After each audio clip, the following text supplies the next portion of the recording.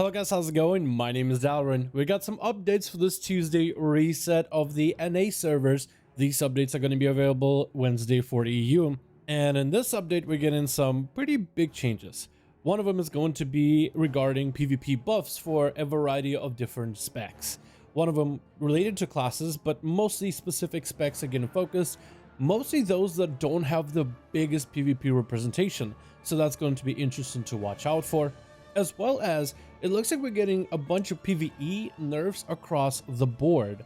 A lot of the raid bosses and even dungeon bosses are going to be a little bit easier. So next time you're running your keys or getting your raid done, maybe pushing certain bosses and mythics, those should be a little bit easier to overcome, especially if your raid group has been pretty close to downing them. So let's take a look at all the updates available with this reset. It's also worth mentioning that while this is the set list we have so far, by the time this video releases, maybe Blizzard could sneak in one or two small buffs or nerfs, and if that happens, we'll definitely make a video. If they're important changes, we'll cover them on this channel as well. If you guys want to see more kind of updates to World of Warcraft for any of the changes going on, buffs and nerfs, be sure to hit subscribe as well. Anyway, take a look at some of the PvP changes. We are first seeing changes to Death Knights. Ruin of the Fallen Crusader no longer has its strength bonus reduced in PvP situations, and originally it was reduced by 33%. So the next time you're in a Death Knight in arenas or battlegrounds and Ruin of the Fallen Crusader, if your weapon is enchanted with it, procs, it's actually going to have its third of the strength bonus that it normally doesn't returned. So chances are your burst is going to go up quite a bit. You also have an unholy change in particular. Necrotic Wound PvP talent, debuff duration is increased to 15 seconds instead of 12. So when an Unholy Death Knight is pressuring a target, that debuff is going to last a little bit longer, which should give Unholy Death Knight potentially more of a pressure to their setup. For Hunters, we're seeing a buff to Arcane Shot damage by 9%. Technically, it's a buff for all specs of Hunter for PvP, because Marksman, as well as Beast Mastery and Survival actually has access to Arcane Shot, but Marksman is the one that really gains the most benefit from it. Then Marksmanship by itself, Aim Shot is going to do 10% more damage in PvP scenarios. Marksman was a really popular spec at the start of Shadowlands with a lot of one-shot potential. It looks like Blizzard did some tuning here and there, and the change with this should potentially put Marksman into a more bursty situation. It doesn't really address some of the squishiness that Marksman may have, but the damage in the glass cannon playstyle sometimes can go a long way. So if you're a Marksman, revisiting Kyrian for PvP might be a good suggestion. For Mystery Monks, looks like even though they got buffed in 9.1, Blizzard still wants to give them a little bit more of a leg up in order to hopefully help them out to regain the balance in PvP. Mana regen is no longer as impactful and dampens them as hard. Also, Vivify is going to be 10% more effective, but only for Mistweaver, Brewmaster, and Windwalker. Hybrid healing is not getting touched in this update. For Warlock, we're seeing Demon Armor PvP talent, which is available for Affliction and Destruction, getting buffed up quite a bit, going from 5% extra stamina increase or health increase to 10%, so doubles the amount of health that it normally grants you, which is definitely going to make him a little bit tankier. But also you have Affliction seeing a flurry of changes with Agony, as well as Corruption, as well as Siphon Life talent and Shadow Ball damage increases. For your dots, it's a 15% damage increase, which is quite a bit. And also Shadow Bolt by 10%. The Shadow Bolt change seems a little weird because most Warlocks don't really cast Shadow Bolt, but if you are playing Drain Soul, that 10% extra damage might be pretty decent if you're not playing the bursty setup with your Agonies for a big Drain Life setup. And what's interesting about these changes is quite a lot of players were actually expecting nerfs for a variety of different classes that are dominating PvP. Beast Mastery Hunters, Windwalker Monks, Arms Warriors, Rogues, Druids in some cases, and I think this is something we are to expect from Blizzard, as they've done this before. They usually end up nerfing the classes that are doing really well in order to bring them down to the same floor where everybody else is at.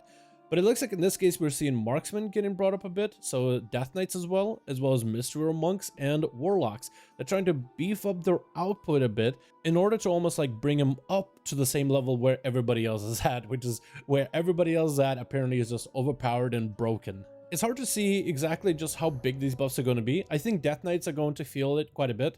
I wonder if Unholy will become more popular with this. I think we'll definitely see more Hunters popping up on Marksman trying to go for the big one-shots. I'm hoping this will make Mistweaver a little bit better in PvP because they've got so many cool PvP changes that had a really high hopes in making them a little bit stronger for arenas and battlegrounds and didn't quite do as well as it wanted. As well as Warlocks, I'm actually kind of surprised that Affliction is getting crazy buffs, because I've seen a couple clips of them going for big massive death bolts, one-shotting players. So I think if you're Affliction and playing Deathbolt, this change is going to make you even stronger than ever before. Let me know in the comments if you think any of these updates are going to be meta changing.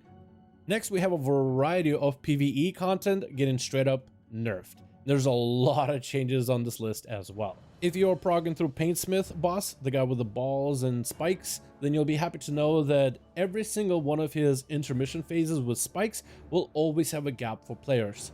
Also, the health of the boss, the spiked balls, as well as the Shadowsteel horror ads, all has been reduced by 10% in health numbers on Mythic difficulty, which should help a lot of the guilds stuck on that boss to get past him onto the Guardian fight, Fate Scribe, Kel'Thuzad, and eventually Sylvanas.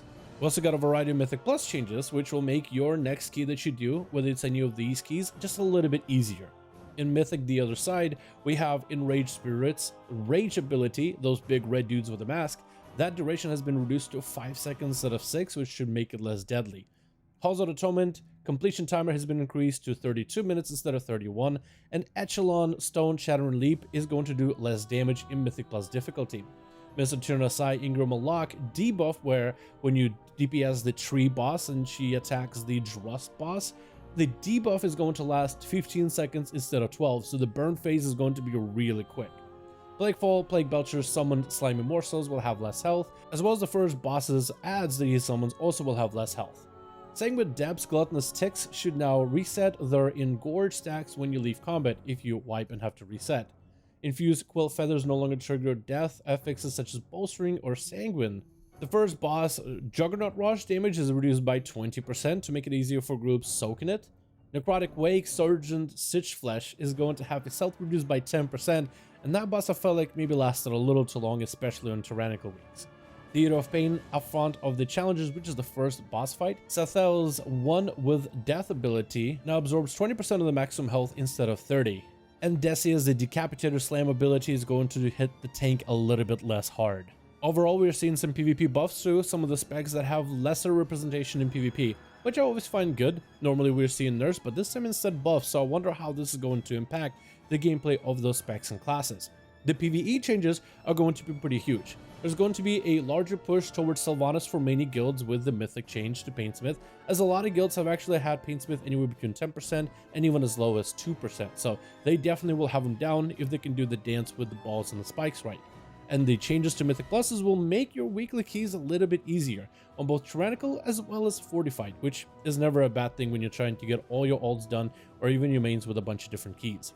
Anyway, that's quite a few changes for us to discuss. If there's any other changes that we can talk about on the channel that maybe sneak up after this blue post is revealed, after the finalized changes are up, then I'll definitely make an updated video on it. But otherwise, thank you guys so much for checking out this update video. I do hope you guys enjoyed. Let me know your thoughts in the comments below, what you think about all these changes. And as always, I'll see all of you guys in another video.